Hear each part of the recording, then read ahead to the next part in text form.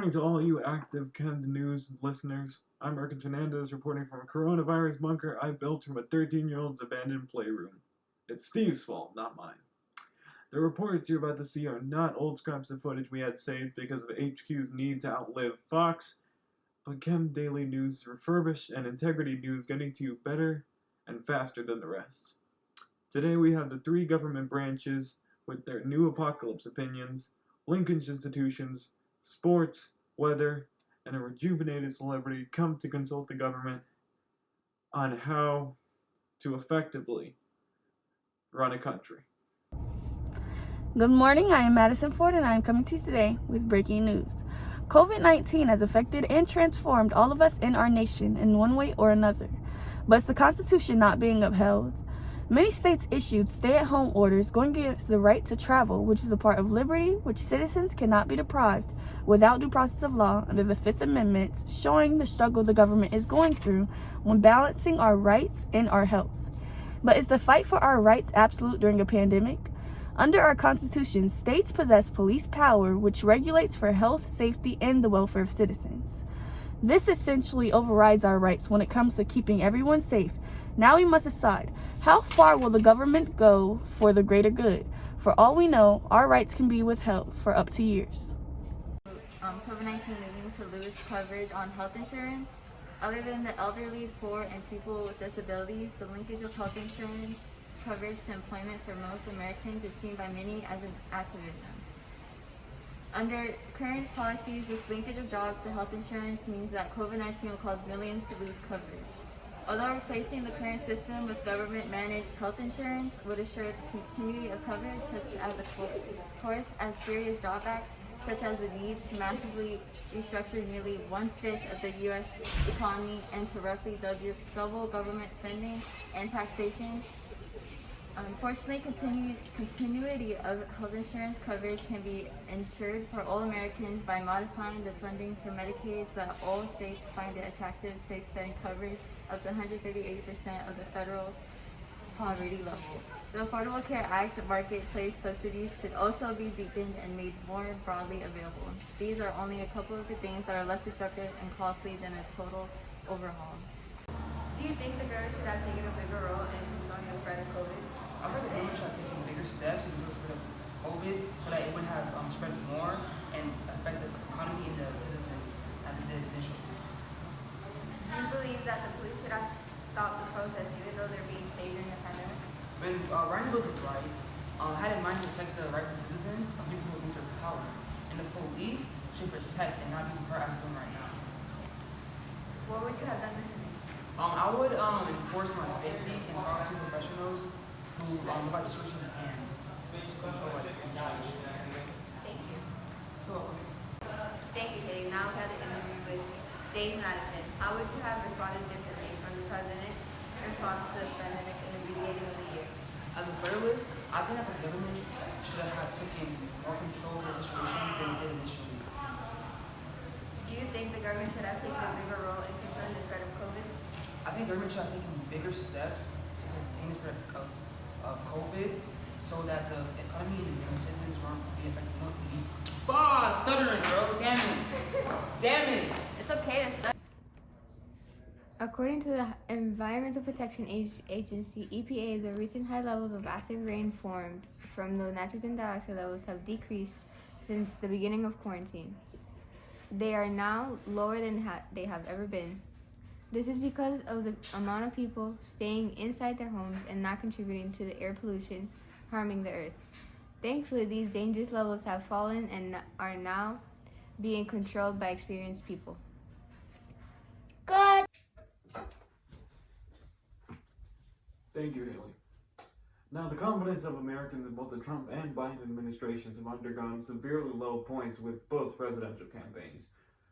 From minimizing the COVID-19 virus to a flu, to Joe Biden's approval ratings happily moving below George W. Bush's accountant-funded lows. However, the true marking points are the celebrity endorsements chosen along the way. Like Donald Trump's endorsement from 20-year-old Miami rapper Lil Pump, introducing him at a campaign rally as Lil Pimp, beautifully endearing the silent audience in the background. The prolific offender defended his politics in supporting Trump, citing his reasons for voting for Trump: not wanting to pay 33 grand to Sleepy Joe, and creating the eloquently sung motto, Lil Pimp Big MAGA Steppin', on SoundCloud the next day. Joe Biden fared equally well in the golden years of his campaign, interviewing rapper sensation Cardi B on her thoughts. She mainly criticized Trump's taxes, with Medicare and college education being free, not wanting a big chunk of taxes to come out of our checks, and optimistically calling her generation addictively eager to make money, to look a type of way, to have style and celebrity gossip coursing through their minds always.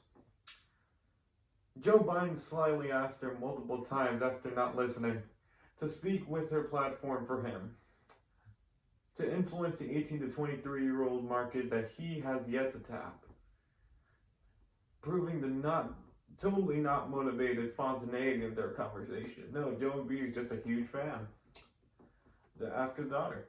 The blatant youth marketing tried through Lil Pump and Cardi B shows the statistical and political implications of celebrity endorsements and advertising, manufacturing a near conveyor belt of disillusioned 18 to 23-year-olds that vote blindly for a politician that debatably knows who the celebrity is otherwise, that they're even getting the endorsement from.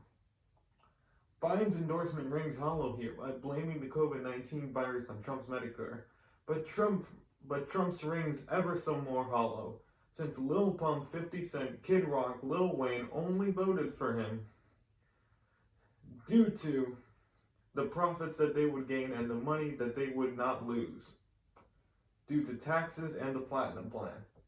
Their shallow cascades of democracy aiming solely to cheaply market to a youth market with whines of COVID-19 struggle and free college instead of structuring a strong, healthy position for a candidate.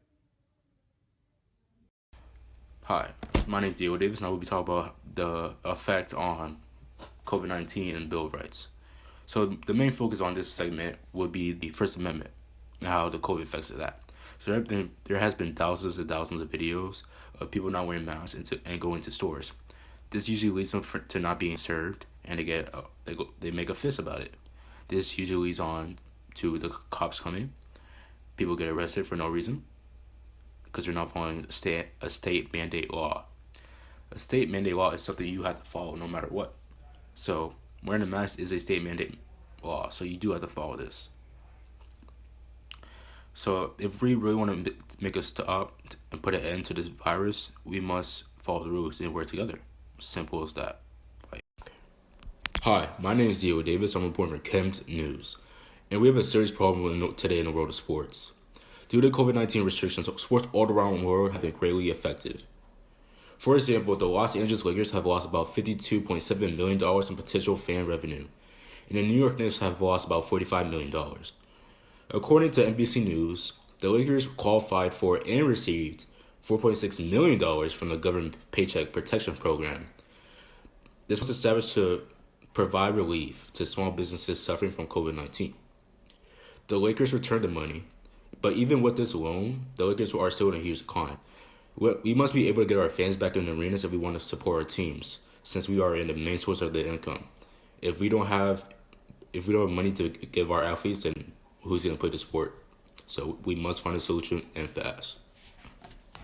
Now on to Donald Trump not taking COVID-19 seriously, leading to his loss in the 2020 election. Enough time has passed since that election that we can now ask, what effect did COVID-19 have on the election outcome? In this political cartoon, we can see President Trump at the time holding up a peace sign with the letter V for virus. This is displaying how Trump downplayed the risk of the virus, delaying rollout of testing, and providing states limited information on the extent of the outbreak in February and early March, even though the first case reported was in October 2019, maybe even before that. Trump argued that shutting down the U.S. in an attempt to curb the coronavirus would cause more harm than good. He said the U.S. only initially shut down to prevent the overflow of hospitals and to allow U.S. health officials and scientists learn more about the new virus, including developing effective treatments to fight it. Because of this, though, the U.S. had both the highest number of cases and the most overall reported deaths of any country in the world. This led U.S. citizens to favor Joe Biden more than Donald Trump in the 2020 election. Men rise from newly found vaccines. Kiesmithia Corbett, an African-American woman who is an immunologist at the U.S. National Institutes of Health, worked directly to develop and produce the Moderna vaccine. Dr. Corbett worked closely with Anthony Fauci to research and develop the first successful vaccine in the National Institute of Allergy and Infectious Diseases. Bulgarian biochemist Caitlin Carrico developed the Pfizer vaccine, and the trials in November revealed that the vaccine had a 95% chance of effectiveness, making the achievement of a lifetime in the 40 years of research on genetic code RNA. With the quick jab to nurses' left deltoid, America entered a new phase in its fight against the coronavirus on Monday. The injection to Sandra Lindsay's arm at Long Island Jewish Medical Center made her the first American to receive the coronavirus vaccine outside a clinical trial. The small dose of mRNA represented a giant leap in efforts to beat back the virus, a moonshot worth of hope amid a pandemic that has infected more than 60 million and killed more than 200,000 nationwide.